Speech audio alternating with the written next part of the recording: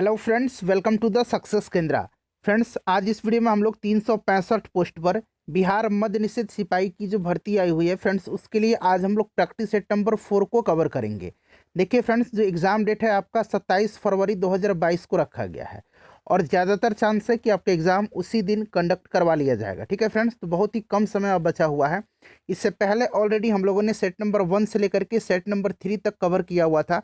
अगर आपने नहीं देखा है तो देख लीजिएगा। और फ्रेंड्स, इस प्रैक्टिस सेट में हम लोग टोटल 100 इंपॉर्टेंट क्वेश्चंस को हम लोग कवर करते हैं, जिस प्रकार से आपके एग्जाम में प्रश्न पूछे जाएंगे। तो चलिए फ्रेंड्स, बिना देरी किए हुए आज का सेशन स्टार्ट करते हैं। फ्रेंड्स, प्लीज़ वीडियो को लाइक और शेयर जरूर कर दीजिएगा। तो फ्रेंड्स, आज के सेशन का पहला प्रश्न देखिए। पहला प्रश्न है कि एक कार बैटरी में प्रयुक्त विद्युत अपघट्य होता है। देखिए फ्रेंड्स, आप कोशिश करेंगे 5 से 7 सेकंड के बीच में आप अपना आंसर चुन लेंगे। उसके बाद जो भी करेक्ट आंसर होगा पूरी डिटेल में मैं आपको बता दूंगा। तो यहाँ पर ध्यान दीजिएगा, एक कार बैटरी में प्रयुक्त जो विद्युत अपघट्य होता है वो होता है सल्फ्यूरिक अम्ल, यानी कि सल्फ्यूरिक एसिड। इसका फॉर्मूला क्या होता है? H2SO4 होता है। ठीक है फ्रेंड्स, ध्यान रखेंगे। हाइड्रोक्लोरिक अम्ल का HCl होता है और हाइड्रोक्लोरिक अम्ल को म्यूरेटिक अम्ल भी कहा जाता है। क्या कहा जाता है? म्यूरेटिक अम्ल भी इसको कहा जाता है, ध्यान रखेंगे। नाइट्रिक अम्ल का फॉर्मूला क्या होता है? HNO3 होता है। तो इसको भी आप साथ साथ ध्यान रखेंगे। उसके बाद देखिए, दूसरा प्रश्न है कि एक पिकोग्राम बराबर होता है। एक पिकोग्राम कितने के बराबर होता है? तो ये 10⁻⁻12 ग्राम के, यानी कि ऑप्शन नंबर इसका सी जो होगा करेक्ट आंसर हो जाएगा। ठीक है फ्रेंड्स, उसके बाद अगर हम बात करते हैं कि यहाँ पर 10⁻⁻9 ग्राम दिया गया है, ये कितना होता है? तो इसको ध्यान देंगे फ्रेंड्स। एक माइक्रोग्राम जो होता है, एक माइक्रोग्राम वो होता है 10⁻⁻6 ग्राम, और एक नैनोग्राम जो होता है वो होता है 10⁻⁻9 ग्राम। ठीक है, ध्यान रखेंगे। चलिए अगला क्वेश्चन देखिएगा कि दूध उदाहरण है एक। तो देखिए, दूध जो उदाहरण है यह एक उदाहरण है इमल्सन का। ऑप्शन नंबर सी हो जाएगा करेक्ट आंसर। फ्रेंड्स, वीडियो के लास्ट में आप सभी लोग अपना अपना स्कोर जरूर कमेंट करके बता दीजिएगा। निम्नलिखित में से कौन सी गैस ओजोन परत के अवक्षय के लिए उत्तरदायी है? आप सभी को पता है यह है CFC, यानी कि क्लोरोफ्लोरोकार्बन, यानी कि ऑप्शन नंबर डी जो होगा इसका राइट आंसर हो जाएगा। उसके बाद देखिएगा कि निम्न में से किस खनिज द्वारा लोहा प्राप्त किया जाता है? तो लोहा का इसमें से एस कौन है? तो लोहा का एस हेमेटाइट है। हेमेटाइट का फॉर्मूला भी आपको याद रखना है, Fe2O3 होता है। लोहा का एक और एस होता है जिसको कि मैग्नेटाइट कहा जाता है। मैग्नेटाइट का फॉर्मूला होता है Fe3O4 होता है। ठीक है, तो साथ साथ सबको ध्यान रखेंगे आप। उसके बाद देखिए, विटामिन सी का केमिकल नेम पूछा गया है। विटामिन सी का रासायनिक नाम एस्कॉर्बिक एसिड होता है। ठीक है, एस्कॉर्बिक अम्ल हो जाएगा। थायमिन जो होता है वो विटामिन B1 कहिए या फिर विटामिन बी कह लीजिए। ठीक है, ये विटामिन B1 का रासायनिक नाम थायमिन होता है। जो खट्टे फल होते हैं उसमें सिट्रिक एसिड पाया जाता है, इमली में टार्टरिक एसिड पाया जाता है। अगला क्वेश्चन देखिएगा, और फ्रेंड्स प्लीज़ वीडियो को लाइक और शेयर जरूर कर दीजिएगा। देखिए, कंटिन्यू मैं आपको आपके एग्जाम तक वीडियो देते रहूँगा। ठीक है, तो सपोर्ट करेंगे आप लोग तो मुझे मोटिवेशन मिलेगा। देखिए, सूर्य पर ऊर्जा का निर्माण होता है, तो ये होता है किसके द्वारा? तो नाभिकीय संलयन प्रक्रिया के द्वारा। तो राइट आंसर इसका ऑप्शन नंबर बी हो जाएगा। उसके बाद देखिएगा कि निम्नलिखित में से किसमें कार्बन नहीं है? कार्बन नहीं पूछा गया है, बताइए। तो देखिए, हीरा भी है, कार्बन का अप्रूफ होता है, ग्रेफाइट भी है और कोयला भी है। तो इनमें से कोई नहीं, इसका राइट आंसर हो जाएगा। क्वेश्चन नंबर 9 देखिएगा कि सर सीवी रमन को भौतिकी का नोबेल पुरस्कार प्राप्त हुआ था, तो इनको कब दिया गया था? तो थोड़ा इनके बारे में और जान लीजिएगा। देखिए, 28 फरवरी यहाँ मैं लिख देता हूँ, 28 फरवरी 1928 को रमन प्रभाव की खोज की गई थी, और इसी के कारण 28 फरवरी के दिन जो है राष्ट्रीय विज्ञान दिवस मनाया जाता है। ठीक है फ्रेंड्स, ध्यान रखेंगे। और इनको जो है सीवी रमन को नोबेल पुरस्कार दिया गया था भौतिकी के क्षेत्र में। इसको भी आप ध्यान रखेंगे, कब दिया गया था? तो इनको दिया गया था 1930 में। ठीक है फ्रेंड्स, 1930 में। और इनको भारत रत्न से कब सम्मानित किया गया था? तो 1954 में इन्हें भारत रत्न से सम्मानित किया गया था। पानी का घनत्व अधिकतम होता है, पानी का घनत्व अधिकतम होता है, तो ये होता है 4 डिग्री सेंटीग्रेड पर। ठीक है, और आयतन न्यूनतम इसी तापमान पर होता है पानी का। अगला क्वेश्चन देखिएगा कि भूपर पट्टी में सर्वाधिक पाया जाने वाला तत्व, तो ये कौन सा हो जाएगा फ्रेंड्स? इसमें से ऑक्सीजन हो जाएगा। साथ साथ सभी प्रश्नों को आप लोग सॉल्व करेंगे। ठीक है, चलिए उसके बाद देखिएगा कि प्लास्टर ऑफ पेरिस का सूत्र क्या है? प्लास्टर ऑफ पेरिस का जो इस्तेमाल होता है वो कहाँ होता है, तो हड्डियाँ जो टूटती है उसमें जो प्लास्टर होता है उसमें होता है, मूर्ति बनाने में होता है, खिलौने बनाने में होता है। ठीक है फ्रेंड्स, और इसका जो फॉर्मूला होता है वो होता है CaSO4 इंटू हाफ H2O। ठीक है, तो ऑप्शन नंबर इसका डी जो होगा करेक्ट आंसर हो जाएगा। निम्नलिखित में से कौन सा अम्ल सिरके में उपस्थित होता है, तो सिरके में कौन सा अम्ल होता है फ्रेंड्स, बिल्कुल इसी लेवल के जो 10वीं की लेवल है उसी पर प्रश्न आपके पूछे जाएंगे। तो सिरका में एसिटिक एसिड होता है, ठीक है, टमाटर में ऑक्जेलिक एसिड, खट्टे फल में सिट्रिक एसिड। ठीक है फ्रेंड्स, चलिए, ध्वनि का वायु में वेग अनुमानतः है, अनुमानतः पूछा गया है, तो ये ऑप्शन के हिसाब से 330 मीटर पर सेकंड हो जाएगा। वहीं अगर हम बात करें फ्रेंड्स कि 0 डिग्री सेंटीग्रेड पर अगर पूछा जाए कि वायु का वेग कितना होता है, तो 0 डिग्री सेंटीग्रेड पर 332 मीटर पर सेकंड होता है। ठीक है, तो इसको भी ध्यान रखेंगे, यहाँ ऑप्शन में 330 दिया गया है, तो इस हिसाब से option number C right answer हो जाएगा। सूर्य के प्रकाश को धरती की सतह पर पहुंचने में लगने वाला समय लगभग पूछा गया है, तो लगभग में आपसे पूछा गया है, बताइए फ्रेंड्स इसका राइट आंसर क्या हो जाएगा। तो देखिए इसका जो करेक्ट आंसर हो जाएगा वो हो जाएगा आपका 8.5 मिनट। अगला क्वेश्चन देखिएगा कि स्टील को कठोरता प्रदान करने के लिए बढ़ाई जाती है। देखिए स्टील में जितना ज़्यादा कार्बन मिलाएंगे उतना ज़्यादा जो है उसमें कठोरता आती जाती है, साथ ही साथ भंगुरता भी बढ़ती है। तो ये हो जाएगा आपका कार्बन की मात्रा। नेक्स्ट क्वेश्चन देखिएगा कि क्रोमेटोग्राफी की तकनीक का प्रयोग होता है, क्रोमेटोग्राफी या फिर वर्ण लेखन, यहाँ मैं लिख देता हूँ वर्ण लेखन। ठीक है, इसको या तो क्रोमेटोग्राफी कहा जाता है या फिर वर्ण लेखन भी कहा जाता है। इस तकनीक का उपयोग किया जाता है, तो देखिए किसी मिश्रण के अवयव को अलग अलग करने की यह एक तकनीक है क्रोमेटोग्राफी, तो एक मिश्रण के पदार्थों को अलग करने में। तो राइट आंसर ऑप्शन नंबर इसका डी हो जाएगा। ठीक है, चलिए आगे बढ़ते हैं। नेक्स्ट क्वेश्चन देखिएगा कि घरेलू जो LPG सिलेंडर है उसमें दाब मापक नहीं प्रदान किए जाते हैं, क्योंकि तो ये LPG सिलेंडरों में गैस की मात्रा को प्रदर्शित नहीं कर सकते हैं। ऑप्शन नंबर बी हो जाएगा राइट आंसर। किसी प्रश्न में अगर आपको डाउट है तो आप क्वेश्चन नंबर लिख करके कमेंट में करेंगे। ठीक है, चलिए उसके बाद देखिएगा प्रकाश विकिरणों की प्रकृति होती है,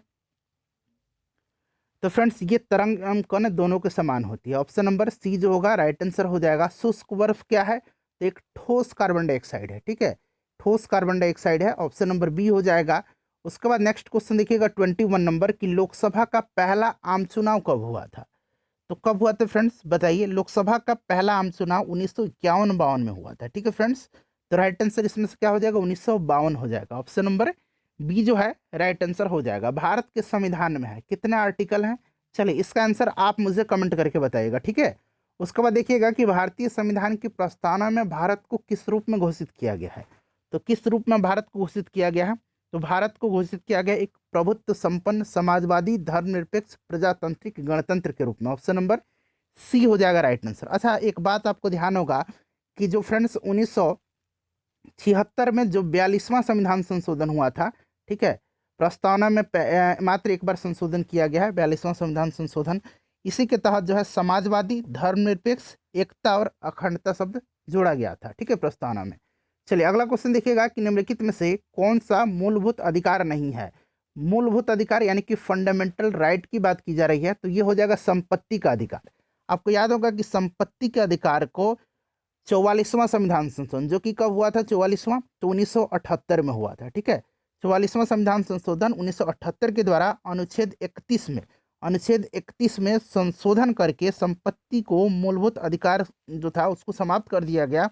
और यह अनुच्छेद 300 का जो आर्टिकल है फ्रेंड्स, 300 का अनुच्छेद, उसमें जो है एक विधिक अधिकार के रूप में इसको रखा गया है। चलिए, तो राइट आंसर इसका क्या हो जाएगा, ऑप्शन नंबर बी हो जाएगा। अगला क्वेश्चन देखिएगा कि भारतीय संविधान में केंद्रीय सरकार के अधिशासी शक्तियों को किसमें निहित किया गया है,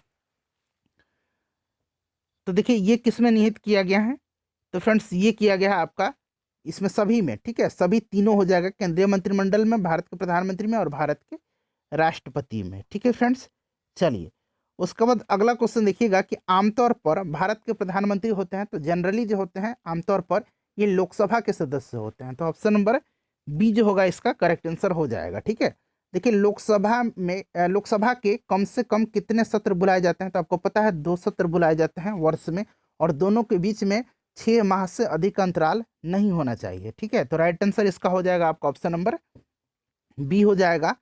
उसके बाद देखिए कि राज्यसभा के सदस्य चुने जाते हैं, तो राज्यसभा के जो सदस्य हैं ये चुने जाते हैं 6 वर्षों के लिए। चलिए अगला क्वेश्चन देखिएगा, राज्यसभा एक अस्थायी सदन है, यह भंग नहीं होता है। भारत का कौन सा राज्य अधिक प्रतिनिधित्व लोकसभा में भेजता है? तो बिहार में अगर बात करें तो लोकसभा सीटों की संख्या 40 है, उत्तर प्रदेश में 80 है, पश्चिम बंगाल में 42 है। ठीक है, और उत्तर प्रदेश यहाँ पर दिया गया, माफ करेंगे, ये मध्य प्रदेश है। मध्य प्रदेश में कितना है? तो मध्य प्रदेश में 29 हो जाएगा। ठीक है, और पश्चिम बंगाल में 42 हो जाएगा, बिहार में 40 हो जाएगा, तो उत्तर प्रदेश इसका राइट आंसर हो जाएगा। चलो उसके बाद 13 नंबर क्वेश्चन देखिएगा कि भारत के सर्वोच्च न्यायालय की स्थापना हुई थी तो 26 जनवरी 1950 को। ठीक है, इसकी स्थापना भारतीय संविधान के द्वारा हुई थी। उसके बाद नेक्स्ट क्वेश्चन देखिएगा कि लोकसभा को कार्यकाल पूरा होने के पहले भंग किया जा सकता है, तो ये किया जा सकता है राष्ट्रपति के द्वारा, लेकिन प्रधानमंत्री की सिफारिश पर। ठीक है, तो राइट आंसर इसका क्या हो जाएगा friends? Right answer option number D हो जाएगा। उसके बाद नेक्स्ट क्वेश्चन देखिए कि सफलतापूर्वक कार्य करने हेतु पंचायती राज को पूरे सहयोग की जरूरत पड़ती है, तो ये जरूरत पड़ती है जो स्थानीय जनता है, स्थानीय जनता उनकी जरूरत पड़ती है। ठीक है, चलिए उसके बाद देखिएगा कि भारत में भूमि सुधार के क्षेत्र में शामिल नहीं है, तो कौन सा इसमें शामिल नहीं है ये आपसे पूछा गया है। तो देखिए इसमें से जो शामिल नहीं है वो हो जाएगा किसानों का मकान ऋण। ठीक है, ये भूमि सुधार में शामिल नहीं है। बाकी देखिए बिचौलियों की समाप्ति, भू जोतों का एकत्रीकरण और सरकारी सहकारी कृषि ये सम्मिलित हैं। उसके बाद देखिएगा कि भूमि विकास बैंक निम्नलिखित में से एक अंश है, तो ये एक अंश किसका है ये? तो ये सरकारी उधार ढांचा का। ऑप्शन नंबर डी हो जाएगा इसका करेक्ट आंसर। ठीक है फ्रेंड्स वीडियो के लास्ट में आप सभी लोग अपना अपना स्कोर कमेंट करके बताइएगा। ठीक है, देखिए हरित क्रांति की सफलता निम्नलिखित बातों पर निर्भर करती है। हरित क्रांति की सफलता निम्नलिखित की उपलब्धता पर निर्भर करती है, तो ये निर्भर करती है सभी पर। बीजों का जो उच्च पैदावार का किस्म है, जो उच्च कोटि के बीज हैं, सीड्स हैं, उन पर पर्याप्त सिंचाई सुविधा और रासायनिक उर्वरक और कीटनाशक, तो उपयुक्त सभी हो जाएगा इनमें से सभी। देखिए हरित क्रांति का जनक किनको माना जाता है? अगर विश्व में पूछा जाए तो नॉर्मन बोरलॉग को, और भारत में MS स्वामीनाथन को। चलिए अगला क्वेश्चन देखिएगा कि निम्नलिखित में से सबसे बड़ा एकल साधन कौन सा है जिसमें भारत में राजस्व कर से सरकार को आय होती है? तो ये आपका हो जाएगा उत्पाद शुल्क। ठीक है, उसके बाद देखिए कौन सा केंद्रीय सरकार का कर नहीं है? निम्नलिखित में से जो कौन सा है इसमें से केंद्रीय सरकार का कर नहीं है, सेंट्रल गवर्नमेंट का? तो ये भूमि राजस्व नहीं है। ठीक है, ये स्टेट गवर्नमेंट का है। उसके बाद देखिएगा कि भारत में निर्यात होने वाली सबसे महत्वपूर्ण वस्तु, अब इनमें से पूछा गया है, तो सबसे महत्वपूर्ण अगर वस्तु की बात करें तो वस्त्र एवं जो उससे संबंधित उत्पाद हैं वो हैं, तो वस्त्र एवं संबंधित उत्पाद यानी कि कपड़ा हो जाएगा। राइट आंसर ऑप्शन नंबर इसका बी हो जाएगा। उसके बाद नेक्स्ट क्वेश्चन देख लीजिएगा फ्रेंड्स, अगला क्वेश्चन है कि भारतीय रिजर्व बैंक ने भारत की विदेशी व्यापार में धन लगाने में मदद की, तो राइट आंसर इसमें हो जाएगा एक्सिम बैंक के द्वारा। ठीक है, एक्सिम बैंक जिसको कि एक्सपोर्ट इंपोर्ट बैंक कहा जाता है, इसका जो फाउंडेशन हुआ था 1982 में हुआ था, इसका हेडक्वार्टर मुंबई में है। उसके बाद देखिए भारतीय राष्ट्रीय कांग्रेस की स्थापना की गई थी, तो भारतीय राष्ट्रीय कांग्रेस की स्थापना 28 दिसंबर कब हुई थी? 1885 को। कहाँ पर? तो बम्बई के गोकुलदास तेजपाल संस्कृत महाविद्यालय में। किसके द्वारा? तो A.O. ह्यूम के द्वारा। ठीक है, तो right answer option number A हो जाएगा। चलिए अगला क्वेश्चन देख लीजिएगा कि अखिल भारतीय कांग्रेस कमेटी ने भारत छोड़ो प्रस्ताव पास किया था, तो कब पास किया था फ्रेंड्स? तो ये देखिए भारत छोड़ो जो आंदोलन का प्रस्ताव गांधी जी ने देखिए स्वीकार न किए जाने की स्थिति में कांग्रेस को चुनौती देते हुए कहा कि मैं देश के बालू से ही कांग्रेस से भी बड़ा आंदोलन खड़ा कर सकता हूँ। ठीक है फ्रेंड्स, और देखिए ये जो प्रस्ताव पास किया गया था ये 1942 में किया गया था। उसके बाद देखिए आज़ाद हिंद सरकार के निर्माण की घोषणा किसने की थी? तो ये किया था किसने? सुभाष चंद्र बोस ने किया था। ठीक है, और ये कब किया था ये आपसे पूछा गया है, तो 21 अक्टूबर 1943 को, यानी कि ऑप्शन नंबर सी जो होगा फ्रेंड्स ये करेक्ट आंसर हो जाएगा। उसके बाद देख लीजिएगा कि चंपारण आंदोलन से कौन संबंधित नहीं था, तो ये जयप्रकाश नारायण नहीं थे। चंपारण आंदोलन, चंपारण सत्याग्रह 1917 में हुआ था गांधी जी के नेतृत्व में, आपको याद होगा। स्वामी सहजानंद का संबंध है, ये देखिए बिहार में जितने भी एग्जाम होते हैं उनका सबसे फेवरेट क्वेश्चन है ये। तो ये स्वामी शाहजानंद जो थे ये किसान नेता थे, किसान आंदोलन जो था उनसे संबंधित थे। ठीक है, तो देखिए बिहार के किसान आंदोलन के साथ बेगूसराय में चौकीदारी कर के विरुद्ध आंदोलन का एक हिस्सा था। तो देखिए फ्रेंड्स, बिहार के पास कोई भी समुद्र तट नहीं है, इसी के कारण सविनय अवज्ञा आंदोलन के समय नमक बनाना यहाँ पर संभव नहीं था, जिसके परिणाम स्वरूप यहाँ की जो जनता थी उन्होंने चौकीदारी कर के विरुद्ध अपना आक्रोश व्यक्त करके आंदोलन में भागीदारी अपनी दर्ज कराई। तो सविनय अवज्ञा आंदोलन, राइट आंसर 45 का ऑप्शन नंबर बी हो जाएगा। ठीक है, उसके बाद देखिएगा कि गौ रक्षा के मुद्दे पर बिहार के शाहाबाद, गया एवं पटना जिलों में भयानक हिंदू मुस्लिम दंगे हुए थे। कब हुए थे ये आपसे पूछा गया है। तो फ्रेंड्स ये कब हुआ था, तो देखिए ये जो हुआ था 1917 में। 1908 के छोटा नागपुर कास्ट अधिनियम ने रोक लगाई। तो बताइए राइट आंसर इसका क्या हो जाएगा।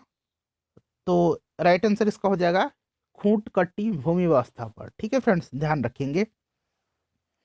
उसके बाद नेक्स्ट क्वेश्चन देखिएगा कि हम बहुत बड़ी भूल करेंगे। यहाँ पर देखिए 48 नंबर, यदि हम बिहार की जनता और उसके मंत्रिमंडल को लीग के आगे क्वेश्चन है, लीग के नेताओं के हिंसक और असभ्य आक्रमणों के आगे आरक्षित छोड़ देंगे। वर्ष 1946 में यह बात किसने कही थी।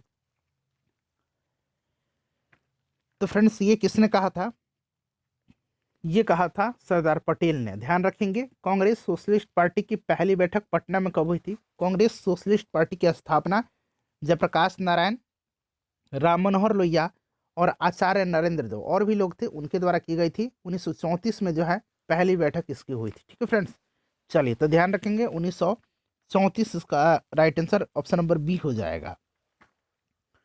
उसके बाद देखिएगा फ्रेंड्स कि बिहार में अलग प्रांत के लिए आंदोलन, जिसके परिणाम स्वरूप वर्ष 1911 में बिहार एवं उड़ीसा के एक नए प्रांत का निर्माण हुआ। उस समय बंगाल जो था अलग हुआ था बिहार और उड़ीसा से। ठीक है, या फिर कह सकते हैं कि बंगाल से बिहार और उड़ीसा अलग हुए थे। उसका नेतृत्व किसने किया था, तो ये जो नेतृत्व है ये किया था सच्चिदानंद सिन्हा ने। उसके बाद देखिए वह ग्रह जिसका कोई भी उपग्रह नहीं है, तो वह ग्रह बुध और शुक्र हैं। दो ग्रह हैं जिनका कोई उपग्रह नहीं है, बुध और शुक्र। तो ऑप्शन में बुध दिया गया, शुक्र भी आप ध्यान रखेंगे। वीनस जिसको कहते हैं, वीनस। ठीक है अंग्रेजी में। उसके बाद देखिए गल्फ स्ट्रीम क्या है, बताइए। तो गल्फ स्ट्रीम अटलांटिक महासागर की एक गर्म जलधारा है, उष्ण जलधारा है, और यूरोप में इसको गर्म कंबल के उपनाम से जाना जाता है, गर्म कंबल के उपनाम से। तो ये एक महासागरीय धारा हो जाएगा। ठीक है, यानी कि ऑप्शन नंबर इसका बी जो है करेक्ट आंसर हो जाएगा। उसके बाद देख लीजिएगा नेक्स्ट क्वेश्चन है कि विश्व में सर्वाधिक जनसंख्या वाला देश, तो आपको पता है चाइना है। जोहानिसबर्ग विख्यात है। तो जोहानिसबर्ग जो है स्वर्ण खनन के लिए, किसके लिए फ्रेंड्स, तो सोना के खनन के लिए। तो ऑप्शन नंबर इसका ए हो जाएगा। ये अफ्रीका में है, दक्षिण अफ्रीका में जोहानिसबर्ग है। पिग्मीज निवासी हैं। तो पिग्मीज जो है फ्रेंड्स, पिग्मीज ये मध्य अफ्रीका में कांगो बेसिन में पाए जाते हैं। तो ये अफ्रीका हो जाएगा राइट आंसर, कांगो बेसिन मध्य अफ्रीका में।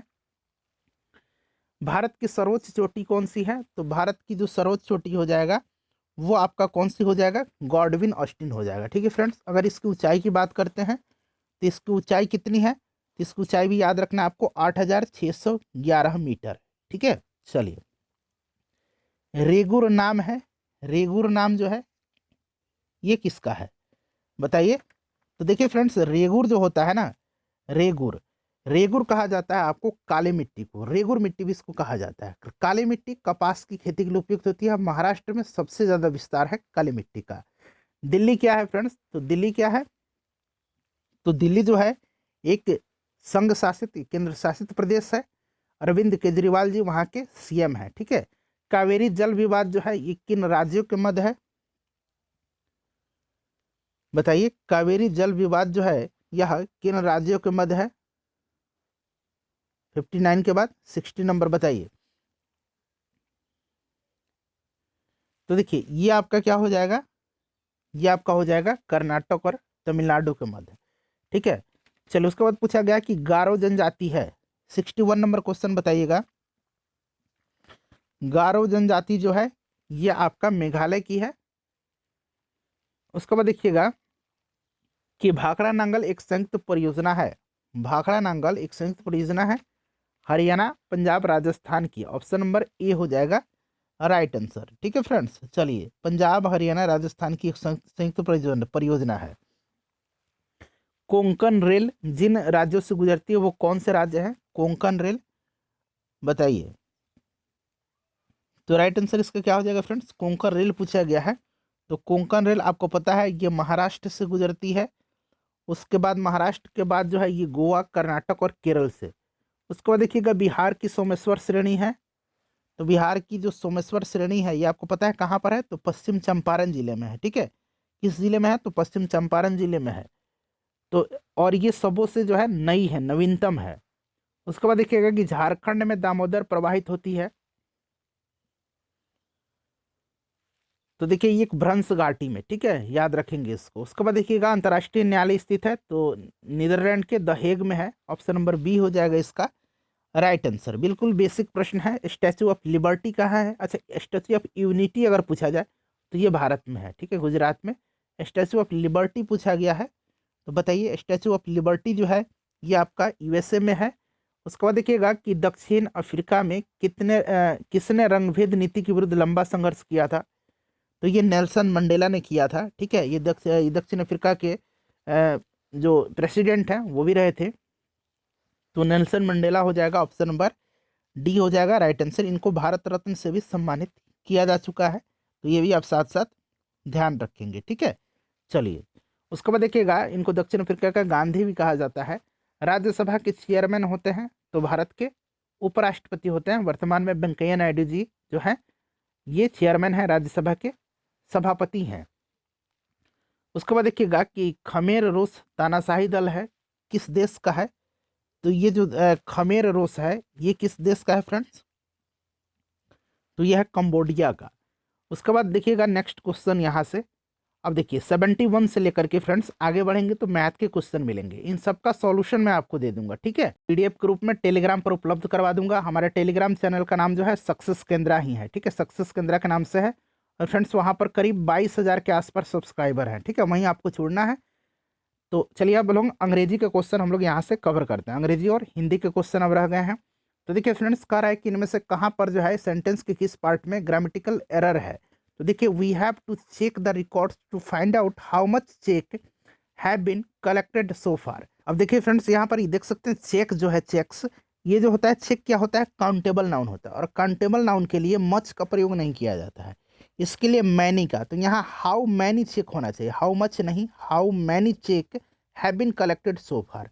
तो यहाँ पर देखिए ऑप्शन ए जो है यहाँ पर आपको जो एरर है मच चेक नहीं होगा, मैनी चेक होगा। उसके बाद देखिएगा कि select the most appropriate meaning of the given idiom at daggers drown.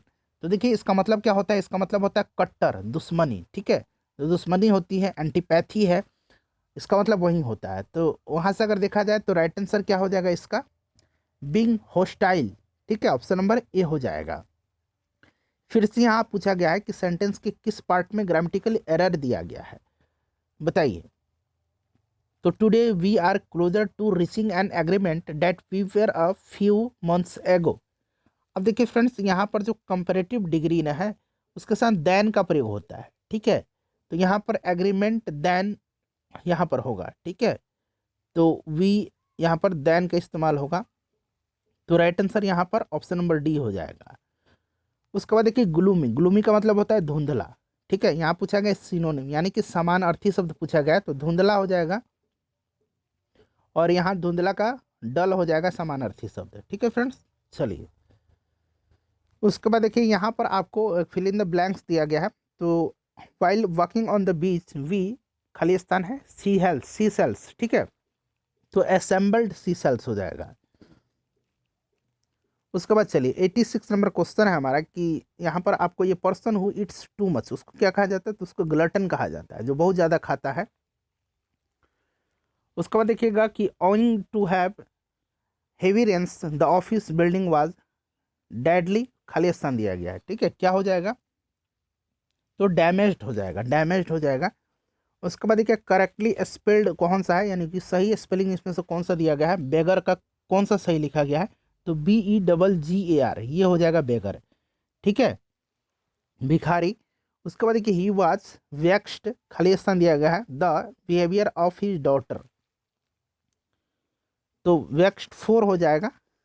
उसके बाद नेक्स्ट देख लीजिएगा, इडियम है वंस इन ब्लू मून। इसका क्या हो जाएगा friends, once in blue moon, इसका अर्थ होता है कभी कभार। ठीक है, कभी कभार हो जाएगा, तो ये रेयरली हो जाएगा, रेयरली। उसके बाद यहाँ से हिंदी के क्वेश्चन हो रहा है, पूछ रहा है कि रेखांकित जो खंड दिया गया, यहाँ पर देखिए रेखांकित किया गया है ब्लैक से, उसको प्रतिस्थापित करने के लिए उपयुक्त विकल्प का चयन करें। अपने कार्य को अपने आप करना ही स्वावलंबन कहलाती है। तो स्वावलंबन कहलाती नहीं है, स्वावलंबन कहलाता है। तो ऑप्शन नंबर डी हो जाएगा। उसके बाद सेम उसी तरह का है, यहाँ जो रेखांकित पार्ट है उसको प्रतिस्थापित करना है। बताइए, 4 ऑप्शन दिख रहे हैं। जीवन अवसरों में एक धारा है, तो जीवन अवसरों की एक धारा है, तो ये हो जाएगा ऑप्शन नंबर डी, अवसरों की एक धारा है। उसके बाद देखिएगा, यहाँ फिल इन द ब्लैंक्स है, नेता ने बहुत ही बढ़िया, खाली स्थान दिया गया, दिया, तो भाषण दिया, ऑप्शन नंबर डी हो जाएगा, भाषण, नेता भाषण देते हैं। उसके बाद देखिएगा, फिर से रिक्त स्थान है, योद्धा ने बहादुरी के साथ क्या की, तो योद्धा लड़ाई करते हैं ना, लड़ाई की। सही वर्तनी का उपयोग करके यहाँ पर चयन करना है, यानी कि सही कौन सा लिखा गया है, तो सही इसमें से निराकार लिखा गया है। निराकार यहाँ भी है, यहाँ भी है, यहाँ भी है। बताइए निराकार किस तरह से है, सभी में निराकार ही है, तो राइट आंसर आपका हो जाएगा निराकार, ऑप्शन नंबर सी वाला सही है। उसके बाद देखिए, अभ्युदय का पर्यायवाची शब्द पूछा गया है, तो अभ्युदय का मतलब होता है प्रगति, उन्नति। ठीक है, तो उन्नति हो जाएगा। उसके बाद देखिए, परोपकार करने वाला क्या कहलाता है, तो फ्रेंड्स परोपकार करने वाले को क्या परोपकारी कहा जाता है ना, तो परोपकारी हो जाएगा, right answer option number D हो जाएगा। ठीक है, चलिए। उसके बाद देखिएगा, यहाँ पर कह रहा है कि यहाँ से उपयुक्त विकल्प का चयन करें और प्रतिस्थापित करना है। जैसे कि हम लोग अंडरलाइन वाले अभी ऊपर क्वेश्चन किया है, मजदूर ने चटनी की रोटी खाई और काम पर लग गया, तो मजदूर ने चटनी से रोटी खाई। ठीक है, चटनी से रोटी खाई, तो चटनी से हो जाएगा, ऑप्शन नंबर बी हो जाएगा इसका। ठीक है, चलो। उसके बाद देख लीजिएगा कि यहाँ पूछा गया कि त्रुटि कहाँ पर है, किस पार्ट में है, नीचे दिए गए वाक्य का वह भाग याद करें जिसमें कोई त्रुटि है। तो संतों को जीवन परोपकार के लिए होता है, संतों को थोड़ी होगा, संतों का जीवन होगा। ठीक है, तो संतों का हो जाएगा, संतों का जीवन, तो संतों को में जो है एरर है, ये वाला पार्ट एरर है, तो यही एरर चुनना था। लास्ट क्वेश्चन है फ्रेंड्स, प्रश्न का रहा है कि दिए गए वाक्यांश के लिए एक शब्द दीजिए, साथ चलने वाला क्या कहलाता है, तो इसका आंसर आप कमेंट करके बताएंगे। और फ्रेंड्स अपना स्कोर बता दीजिए, और वीडियो को प्लीज़ लाइक और शेयर जरूर कर दीजिएगा।